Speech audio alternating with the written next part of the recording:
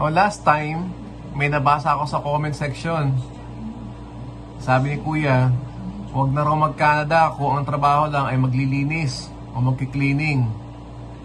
Grabe talaga yung mga comment, no? So, ang ginawa ko, dinilit ko lang yung mga ganong comment. Para sa akin, wala namang masama kung ang trabaho mo dito sa Canada is maglilinis o magki-cleaning.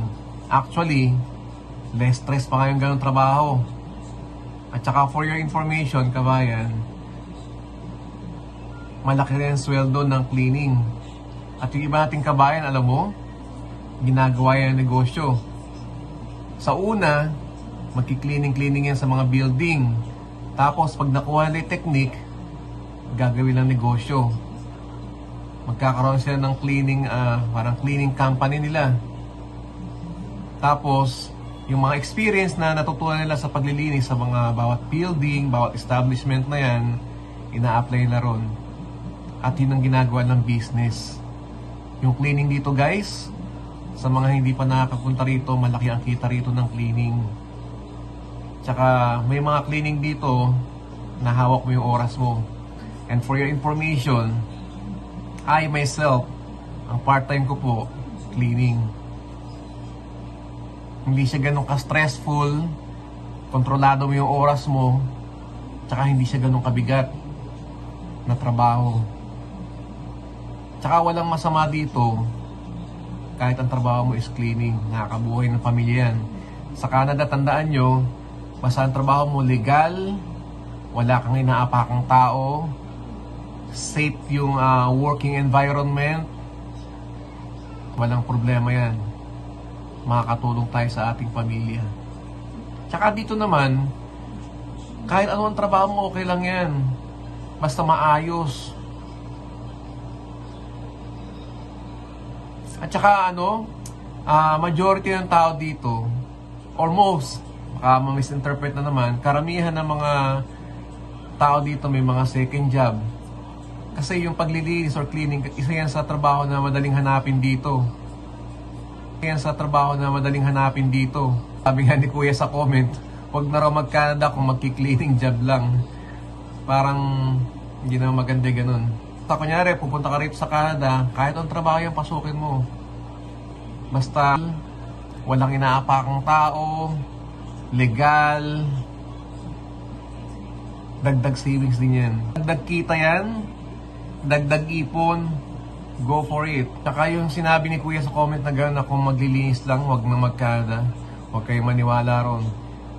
Karamihan dito, ano lang yan, mga side hustle. May mga full-time job yan sa umaga. Tapos pagkatapos ng full-time job, didiretso sa part-time job yung cleaning. Kasi mostly yung mga cleaning job dito, yung mga part-time job na ganyan, nililinis yung mga opisina. Alam nyo ba ginagawa? Tinatanggal lang yung mga basura, konting dusting, konting mop, konting vacuum. That's it. Instant pera na yon. Can you imagine ako, share ko lang sa inyo, yung part-time job ko, closer lang sa full-time job ko. Parang mga 5 minutes walk, nandun na ako. So, ang ginagawa namin, nangunguha kami ng basura sa mga office. Alam niyo yung mga basura, yung mga ano lang naman, yung mga bond paper na galing sa opisina.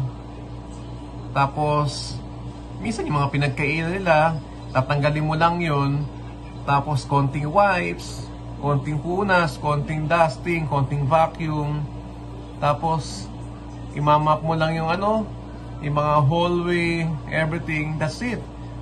Walang kahirap-hirap. Kaya yung kino-comment ni Kuya na wag na raw pumunta sa Canada kung magki-cleaning lang. Okay, maniwala ron. Malaki pa nga ang kita ng mga cleaning jobs dito eh. At saka, be proud kung ano yung ginagawa mo. Hindi natin kinakahiyaya, walang problema sa ganyang trabaho, marangal, maayos. Dito tayo kumukuha ng pinampapakain sa ating pamilya, pinapadala sa pamilya sa Pinas. Tsaka, dito naman sa Canada, kahit anong trabaho yan, wala namang problema. Ang problema dito, kung tamad ka at reklamador, yan ang malaking problema dito. Tsaka yung crab mentality, Walang mangyayari dito, walang mangyayari sa ganyan. Isa pa, no? Ako nga, may mga nakasama.